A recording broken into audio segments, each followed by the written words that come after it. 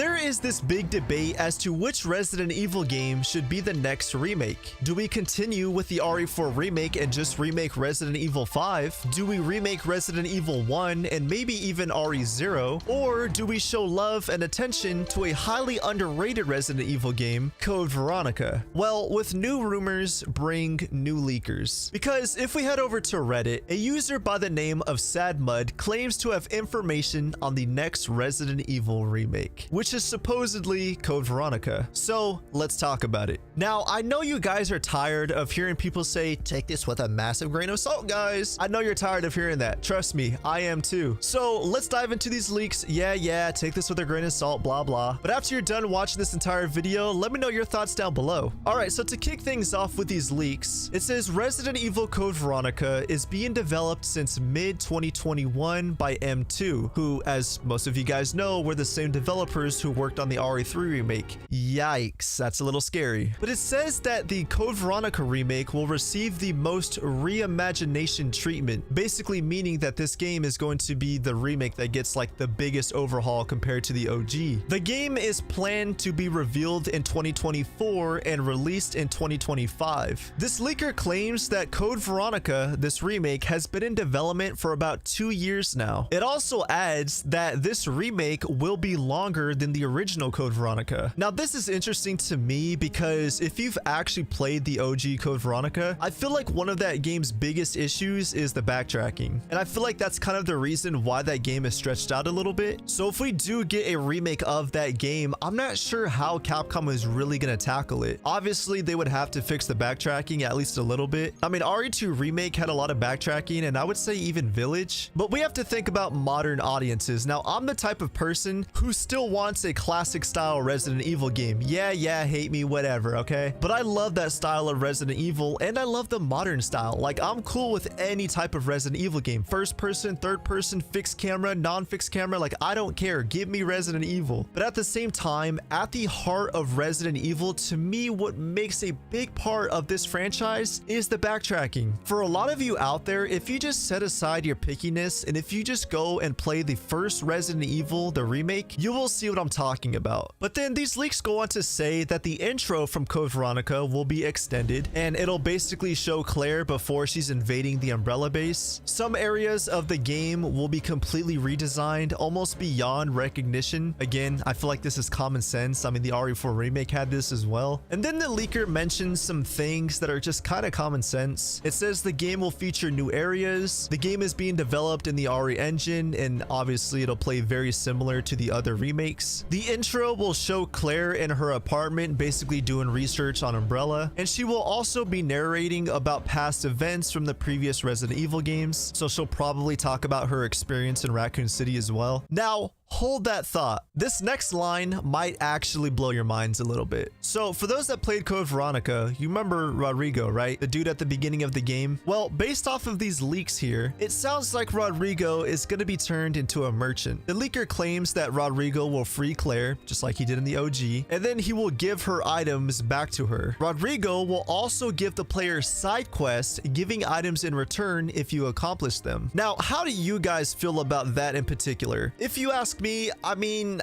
I'm okay with it. It would give Rodrigo's character some more significance, and I feel like the side quest system in the RE4 remake was a perfect implementation. It makes sense for Capcom to really take the unique things that worked in the RE4 remake and put them in the next remake, which is RE5 or Code Veronica or whatever they decide to remake next. This next point then says that Steve's role will be largely extended. He will obviously be a playable character, and he'll be playable in more sections in the game. And Steve will also kind of serve as a companion, basically like Luis in Resident Evil 4. Now you're probably thinking, well, that sounds reasonable. That sounds like this could be legit. But I think this next point is gonna have you thinking a little bit. It says an anxiety bar will be added to Claire and Steve, along with a new type of herb with orange color that will serve to reduce anxiety levels. High levels of anxiety will result in several drawbacks like hallucinations and distorted vision. I'm not gonna lie,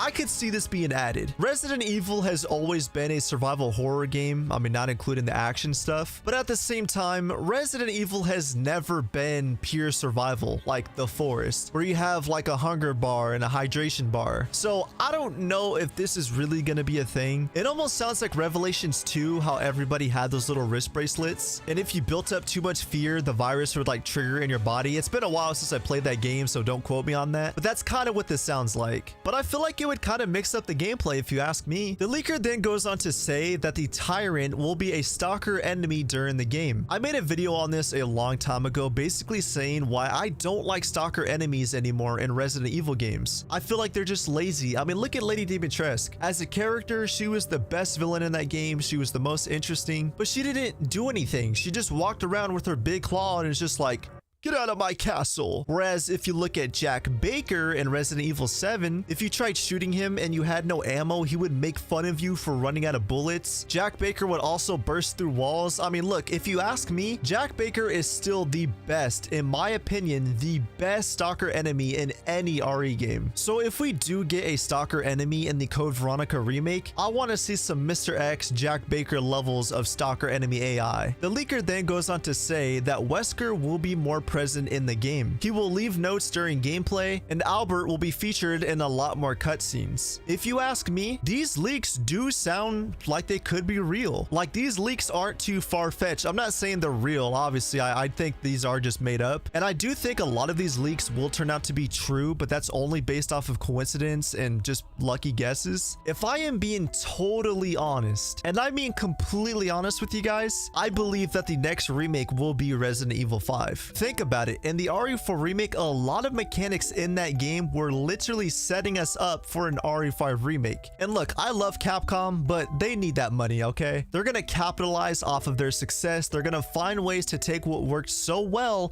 and find just ways to make more money off of it. Resident Evil 5, remaking that game would be the best decision, best business decision for Capcom. But of course, those are just my opinions, and now I want to hear yours. What do you guys think about these leaks, and do you guys want a Code Veronica remake as well? Thank you all so much for watching, and until next time.